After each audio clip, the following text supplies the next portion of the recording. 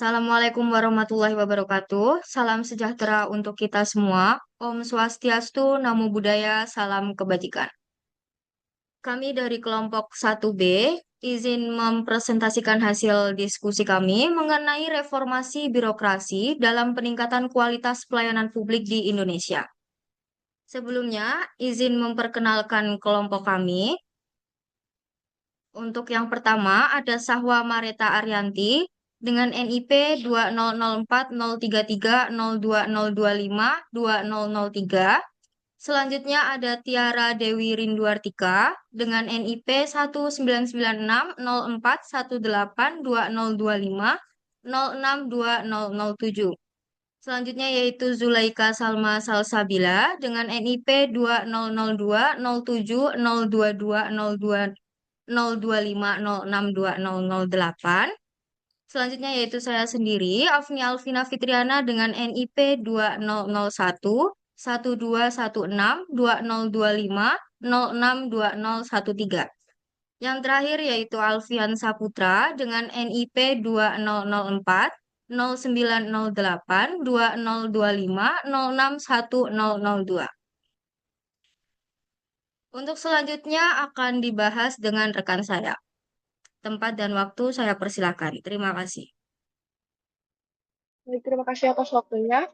Untuk pengertian reformasi birokrasi merupakan program dan kerja untuk merevitalisasi, menata, memperkuat, meningkatkan, mengembangkan, dan membangun organisasi dan sumber daya manusia agar dapat melaksanakan fungsinya secara efektif, baik, bebas dari korupsi, penyuapan, dan kejahatan jabatan.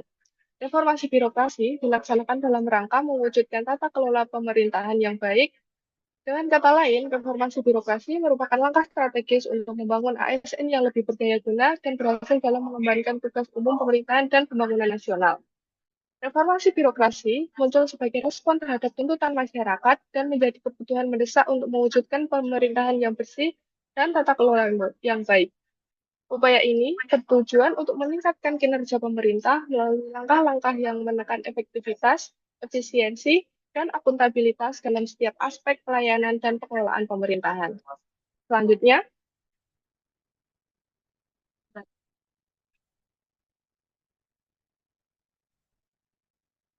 untuk tujuan reformasi birokrasi itu sendiri, yang pertama adalah terwujudnya pemerintahan yang bersih dan bebas dari korupsi, kolusi, dan nepotisme. Reformasi birokrasi merupakan upaya pemerintah mewujudkan pemerintahan yang baik, bersih, transparan, dan profesional, bebas korupsi, kolusi, dan nepotisme, melalui penataan kelembagaan, penataan ketata laksanaan, penataan sumber daya manusia, akuntabilitas pelayanan, dan kualitas pelayanan. Kedua, meningkatnya kualitas pelayanan publik kepada masyarakat. Reformasi birokrasi dan pelayanan publik merupakan dua elemen penting dan saling berkaitan dalam tata kelola pemerintahan yang baik. Karena reformasi birokrasi menjadi komitmen pemerintah dalam menjalankan pelayanan publik yang berkualitas dan prima. Yang nomor tiga, meningkatnya kapasitas dan akuntabilitas kinerja birokrasi. Reformasi birokrasi ditujukan untuk membangun instansi pemerintah lebih berdaya guna dan bertanggung jawab dan memberikan dampak nyata kepada masyarakat. Selanjutnya akan dilanjutkan oleh teman saya. Baik, sasaran reformasi birokrasi. Sasaran reformasi birokrasi adalah birokrasi yang bersih dan akuntabel, birokrasi efektif dan efisien, birokrasi yang memiliki pelayanan publik berkualitas dengan penguatan kelembagaan dan manajemen pelayanan, serta penguatan kapasitas pengelolaan kinerja pelayanan publik. Kendala dari reformasi birokrasi adalah yang pertama, keteladanan pimpinan. Pimpinan birokrasi berperan penting menentukan keberhasilan reformasi. Namun, masih banyak pemimpin yang mengobok-obok netralitas birokrasi. Kedua, budaya birokrasi. Masih menjamurnya praktik pungli, suap, boros anggaran, dan pelayanan publik asal-asalan. Budaya kerja birokrasi yang masih kental dengan pola pikir feodal dan resistensi tahap perubahan. Yang ketiga, kualitas pegawai. Kualifikasi dan kompetensi birokrat masih cukup jauh dari harapan yang berdampak pada rendahnya kinerja pegawai. Yang keempat, ada buruknya sistem. Upaya reformasi birokrasi masih sering terhalang oleh sistem yang berlaku yang kurang mendukung perwujudan birokrasi ideal. Next. Reformasi birokrasi dalam pelayanan publik. Sesuai dengan tujuan dan sasaran reformasi birokrasi tentang peningkatan kualitas pelayanan publik.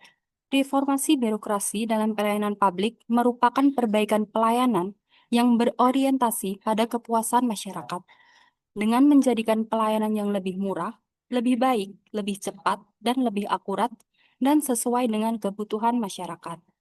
Tantangan dari reformasi birokrasi adalah satu, faktor internal, yaitu ketidakmampuan birokrasi untuk melakukan perubahan yang lebih baik pada dirinya sendiri. Hal ini disebabkan oleh lemahnya birokrasi dalam memperbarui lingkungan kerjanya. Yang kedua ada faktor internal, yaitu adanya intervensi politik yang tinggi yang menyebabkan birokrasi kehilangan fokus dalam memberikan pelayanan.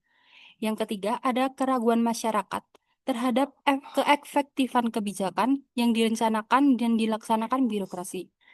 Faktor yang mempengaruhi keraguan masyarakat mengenai keefektifan kebijakan direncanakan dan dilaksanakan birokrasi adalah kurangnya pendidikan dan analis yang memadai dalam merancang kebijakan, sehingga kebijakan tersebut tidak efektif dalam menyelesaikan masalah yang ada, serta kebanyakan program yang dijanjikan namun tidak terimplementasi dengan baik.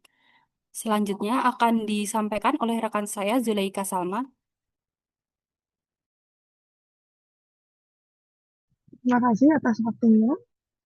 Selanjutnya, saya akan membacakan tabel analisis masalah reformasi birokrasi dalam pelayanan publik. Yang pertama, retensi terhadap perubahan. Kondisi ini muncul ketika anggota birokrasi menolak atau tidak setuju dengan perubahan yang diusulkan. Retensi ini dapat berasal dari pegawai yang tidak mau mengubah cara kerja, khawatir atau kehilangan status atau kekuasaan, atau tidak mau mengambil pendekatan baru. Hal ini dapat mempersulit reformasi dan membuat kurang efektif. Yang kedua, korupsi dan kolusi. Praktik korupsi dapat mengganggu reformasi birokrasi dengan mencegah pelayanan publik menjadi lebih transparan dan akuntabel. Praktik korupsi dan kolusi ini menghancurkan prinsip reformasi birokrasi yaitu transparansi, integritas, dan akuntabilitas. Yang ketiga, rendahnya kompetensi dan kapasitas. Kurangnya pengetahuan atau kemampuan di kalangan pegawai birokrasi yang dapat menghambat pelaksanaan birokrasi. Hal ini menyebabkan sulitnya memberikan pelayanan publik yang efektif dan responsif terhadap kebutuhan masyarakat. Next. Yang keempat, sumber daya.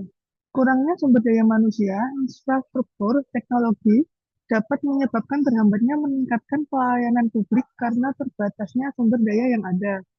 Yang kelima, tumpang tindih dan kompleksitas regulasi. Kompleksitas regulasi dan birokrasi yang tumpang tindih dapat menjadi masalah dalam reformasi birokrasi. Aturan dan prosedur pelayanan publik terlalu rumit dan saling tumpang tindih, hal itu dapat menyulitkan pegawai untuk melakukan pekerjaan mereka secara efisien. Regulasi yang tidak terorganisir dan dapat menyebabkan birokrasi yang lamban dan tidak responsif terhadap tuntutan masyarakat. Yang keenam, inefisiensi dan inefektivitas operasional. Ketidakmampuan birokrasi untuk menyelesaikan tanggung jawab dan fungsinya dengan cara yang efisien dan efektif dapat menjadi celah yang dapat mempengaruhi kemampuan untuk melakukan reformasi yang sukses. Yang ketujuh, kebijakan yang tidak konsisten. Birokrasi mungkin memiliki kebijakan yang tidak konsisten, kontradiktif, atau saling bertentangan yang dapat menghambat upaya reformasi yang teratur. Untuk selanjutnya akan dilanjutkan oleh rekan saya.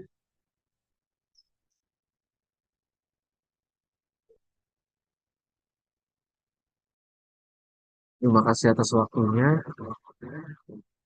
Mohon izin saya lanjutkan terkait pemecahan masalah berbasis data pada data tersebut di atas tentang masalah reformasi birokrasi. Terdapat beberapa pemecahan masalah yang pertama bangun budaya integritas, lalu selanjutnya ada penerapan sistem pengawasan yang efektif, lalu ada peningkatan transparansi, keempat penggunaan teknologi dan informasi, yang kelima peningkatan kualitas pegawai, keenam penguatan manajemen kinerja, Lalu yang selanjutnya peningkatan partisipasi publik, dan yang terakhir adalah kerjasama dan kolaborasi. Jadi dapat disimpulkan bahwa implementasi reformasi birokrasi yang tepat dapat menjadi langkah konkret dalam membangun ASN yang lebih efektif dan efisien dalam melakukan pelayanan kepada masyarakat. Namun dengan memperhatikan prinsip-prinsip, yaitu semangat pengabdian, transparansi, dan selalu mengikut sertakan masyarakat untuk menghasilkan pelayanan publik yang lebih baik. Dapat dilanjutkan, saya kembalikan ke moderator. Baik, terima kasih. Sekian presentasi hasil diskusi kelompok kami. Kurang lebihnya kami mohon maaf. Wassalamualaikum warahmatullahi wabarakatuh.